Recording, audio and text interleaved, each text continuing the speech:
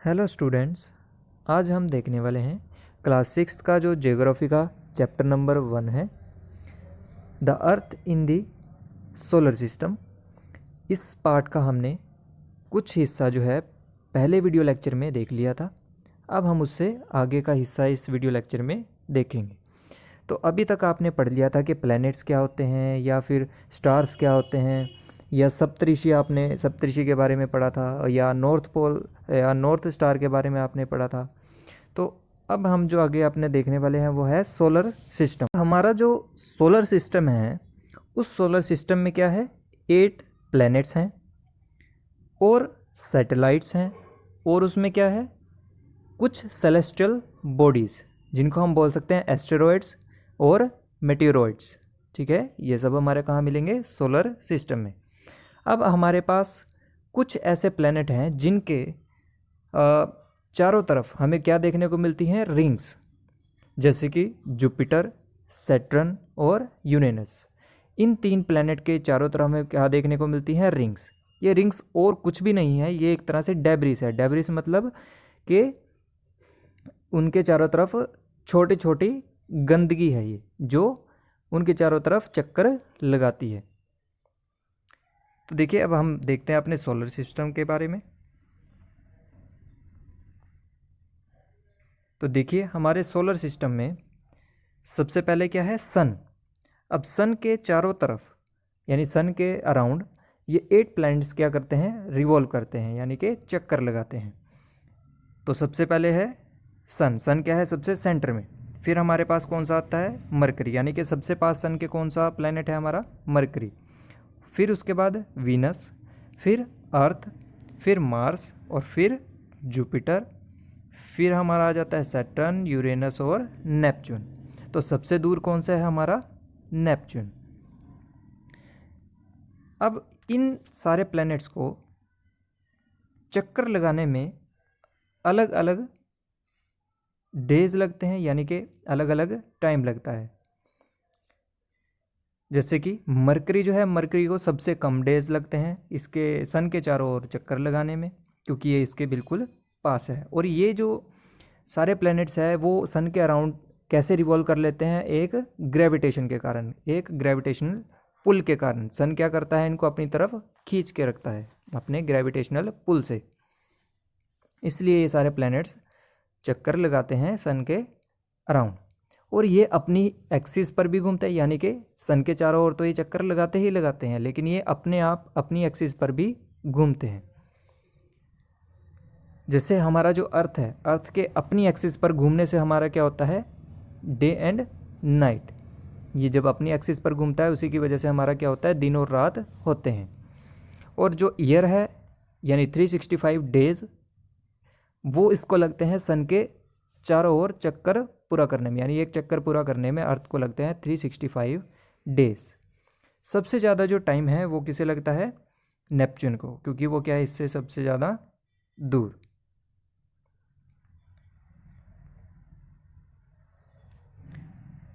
तो ये था आपका प्लैनेट चार्ट। अब हम इनके बारे में पढ़ लेते हैं। देखिए, सबसे पहले हम सन के बारे में पढ़ते हैं। तो सन के बारे में आपने पढ़ा था, ये एक तरह से स्टार है और इसके पास क्या है, अपनी लाइट है, ये एमिट करता है। और ये जो इसकी मतलब कि हीट भी होती है इसके पास। तो ये जो हीट है वो हीट कैसे जनरेट होती है, उसके पास क्या होती है, कुछ गर्म गैसेस जैसे हीलियम वगैरह। तो उनकी वजह से क्या है, ये एक गर्मी पैदा करता है। और मैंने बताया ये क्या प्रोवाइड करता है, एक पुलिंग फोर्स, ताकि जो सारे प्लैनेट्स हैं इसके चारों तरफ चक्कर लगा सकें। और जो हमारा सन है वो कितनी दूर है हमारी अर्थ से, 150 किलोमीटर। तो 150 मिलियन किलोमीटर दूर हमारा क्या है, सन हमारे से, यानी कि अर्थ से दूर है ये सन, 150 मिलियन किलोमीटर। अब जो प्लैनेट्स हैं, हमारे पास 8 प्लैनेट्स होते हैं total, mercury, Venus, earth, Mars, Jupiter, Saturn, Uranus and Neptune. आप इसको याद कर सकते हो, माई very efficient mother just served us nuts. ये इसको याद करने के लिए ट्रिक है। ये देखिए यहाँ पर दिया है, my very efficient mother just serve us nuts. इस तरह से आप इसे याद रख सकते हो। माई के एम से मरकरी, वेरी के वी से वीनस, एफिशिएंट के ई से अर्थ, और मदर के एम से मार्स, जस्ट के जे से जुपिटर, एस के सर्व्ड के एस से सैटर्न, अस के यू से यूरेनस एंड नट्स के एन से नेपच्यून। तो इस तरह से आप इसे याद कर सकते हो। अब ये जैसे ये चक्कर लगाते हैं सन के चारों तरफ यानी अराउंड, तो ये अपने एक ऑर्बिट में चक्कर लगाते हैं। यानी ऑर्बिट क्या होता है हम देखते हैं। देखिए जैसे आपको यहाँ पर देखने को मिल रहा होगा, ये देखिए जुपिटर जैसे ये यहाँ पे इस लाइन के अकॉर्डिंग ही रिवॉल्व कर रहा है, तो यानी ये क्या है अपने ऑर्बिट में घूम रहा है। इसको क्या बोल देते हैं, ऑर्बिट। अब हमें कुछ बातें ध्यान रखनी है। यहाँ से हमें क्वेश्चन क्या पूछे जाते हैं, जैसे सबसे नियरेस्ट प्लैनेट कौन सा है, तो हमने देख लिया मरकरी। सबसे दूर जो है वो कौन सा है, हमने देखा था नेपच्यून। तो इस तरह से आपको ये याद रखनी है कुछ बातों का, ठीक है। इसीलिए जो मरकरी है उसको कम डेज लगते हैं रिवॉल्व करने के लिए, यानी टोटल उसे 88 डेज लगते हैं सन के अराउंड वन कंप्लीट करने में, वन राउंड कंप्लीट करने में। देखिए हम यहाँ से पढ़ते हैं, all the 8 planets of the solar system move around the sun in fixed path. These paths are elongated, they are called orbits. इन्हें क्या कहा जाता है, orbit. Mercury is nearest to the sun, it takes only about 88 days to complete one round along its orbit. Venus is considered as Earth's twin. अब Venus को क्या कहा जाता है, अर्थ का ट्विंस। क्यों, क्योंकि इसका जो साइज और शेप है वो लगभग यानी सिमिलर है किससे, अर्थ के, यानी कि अर्थ के जैसे ही है। अभी तक हमारे पास जो प्लूटो है, प्लूटो को भी हमारा एक प्लैनेट माना जाता था, लेकिन अगस्त 2006 को क्या कर दिया गया, इसे प्लैनेट से बाहर कर दिया गया। मतलब इसको अब प्लैनेट नहीं माना जाता, क्योंकि ये क्या है, एक ड्वार्फ प्लैनेट। इसको क्या बोला जाता है, प्लूटो को ड्वार्फ प्लैनेट, यानी कि छोटा प्लैनेट, ठीक है। अब अर्थ के बारे में पढ़ते हैं। देखिए अब अर्थ को हम क्या बोल सकते हैं, ब्लू प्लैनेट्स, क्योंकि ये क्या है, वाटर से घिरा हुआ है सबसे ज़्यादा। The earth is the third nearest planet to the sun. अब हमारी जो अर्थ है वो क्या है, third nearest. In size it is the fifth largest planet. It is slightly flattened at the poles, that is why its shape is described as geoid. Geoid means an earth like shape. देखिए ये हमारे लिए सबसे important है, क्या कहा जाता है हमारी अर्थ को, ब्लू प्लैनेट। क्यों, क्योंकि इसका जो 2/3 जो सरफेस है वो किससे कवर है, वाटर से, इसलिए इसे क्या कहा जाता है, ब्लू प्लैनेट। और यहाँ पर सर्वाइवल भी है। क्यों, क्योंकि यहाँ पे कुछ गैसेस हैं जो कि हमारे लिए इम्पोर्टेंट है, यानी जो हमें मिल जाती हैं आसानी से, इसलिए यहाँ पे सर्वाइवल भी पॉसिबल है। जैसे कि ऑक्सीजन मिल जाती है, कार्बन डाइऑक्साइड भी मिल जाती है, नाइट्रोजन भी मिल जाती है, सब मिल जाती हैं यहाँ पर गैसेस, इसलिए ये सर्वाइवल के लिए ठीक है। और दूसरा, यहाँ पे ना तो बहुत ज़्यादा गर्मी पड़ती है और ना बहुत ज़्यादा ठंड पड़ती है, इसलिए यहाँ पे सर्वाइवल जो है वो हमारा पॉसिबल है। फिर हम पढ़ते हैं मून के बारे में। देखिए अब जो हमारा मून है, मून क्या है, एक अर्थ की सैटेलाइट, और ये अर्थ के चारों ओर चक्कर लगाता है, ठीक है। Our earth has only one satellite, that is the moon. जैसे कि अभी हमने पढ़ा था, it's diameter is only 1/4 that the earth. इसका जो डायमीटर होता है वो क्या होता है, 1/4, यानी किससे, अर्थ से 1/4 होता है किसका, मून का। मून का डायमीटर कितना होता है, 1/4 अर्थ के डायमीटर से। It appear so big because it is nearer to our planet than other celestial bodies. ये बड़ा दिखता है क्योंकि यह हमारे अर्थ से क्या है, पास। It is about 3,84,400 kilometre. ये लगभग कितना है, 4 लाख के अराउंड किलोमीटर दूर है हमसे। The moon moves around the earth in about 27 days. ये भी हमारे लिए इंपॉर्टेंट है, कितने डेज लगते हैं इसे, 27 डेज मून को चक्कर लगाने में हमारे अर्थ के।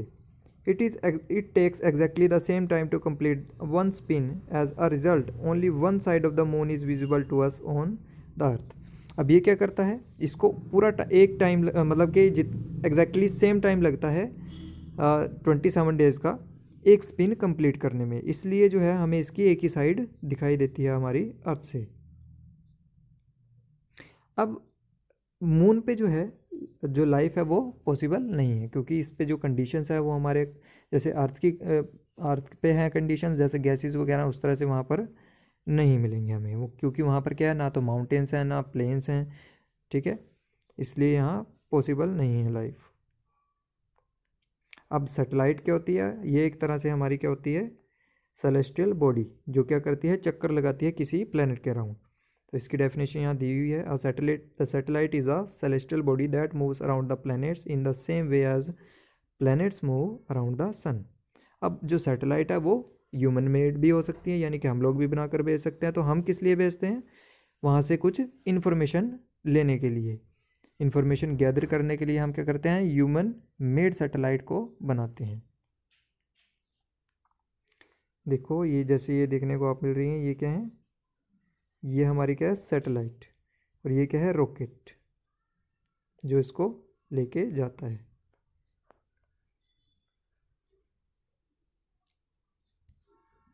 अब हमारे पास अगली चीज़ आती है एस्ट्रॉयड। अब एस्ट्रॉयड क्या है, ये छोटी छोटी बॉडीज़ होती हैं, ठीक है, जो क्या करती हैं, ये भी सन के चारों ओर चक्कर लगाती हैं। प्लैनेट्स तो लगाते ही लगाते हैं, ठीक है, लेकिन कुछ टेनी बॉडीज़ होती हैं जो भी क्या करती हैं, चक्कर लगाती हैं सन के अराउंड। इन्हें क्या बोला जाता है, asteroid. Apart from the stars, planets and satellites, there are numerous tiny bodies which also move around the sun. These bodies are called asteroids. They are found between the orbits of Mars and Jupiter. ये कहाँ देखने को मिलती हैं, Mars और Jupiter के जो orbit है उनके बीच में। देखिए यहाँ पर आपको एस्ट्रॉयड की पिक्चर देखने को मिल रही है, इस तरह का हमारा एस्ट्रॉयड होता है। अब नेक्स्ट हमारे पास क्या है, मेट्रॉयड्स। मेट्रॉयड्स क्या होते हैं, ये छोटे छोटे पत्थर के पीस होते हैं जो क्या करते हैं, सन के अराउंड रिवॉल्व करते हैं, और कई बार ये जो है अर्थ के बिल्कुल पास से होकर भी गुजरते हैं और उस पर गिर भी जाते हैं। जब ये अर्थ के पास आते हैं तो एयर की वजह से जो फ्रिक्शन होता है, यानी कि जो ये आपस में घिस जाते हैं, तो उसकी वजह से क्या होता है, इसमें हीट हो जाती है, और यानी कि ये आग पकड़ लेते हैं और एक चमक शो करते हैं। The small pieces of rocks which move around the sun are called meteoroids. Sometimes these meteoroids come near the earth and tend to drop upon it. During this process, due to friction with the air, they get heated up and burn. It causes a flash of light. Sometimes a meteor, without being completely burned, falls on the earth and creates a hollow. कई बार क्या होता है, ये बिना जले सीधा का सीधा कंप्लीट कहाँ गिर जाता है, अर्थ पर, और वहाँ क्या कर देता है, गड्ढे पैदा। अब हमारे पास ये सब हमने पढ़ लिया, एस्ट्रॉयड, मेट्रॉयड्स। अब हमारे पास क्या होती हैं, कुछ गैलेक्सीज, ठीक है। गैलेक्सीज क्या हैं, ये स्टार्स जो होते हैं, स्टार्स के एक ग्रुप होता है।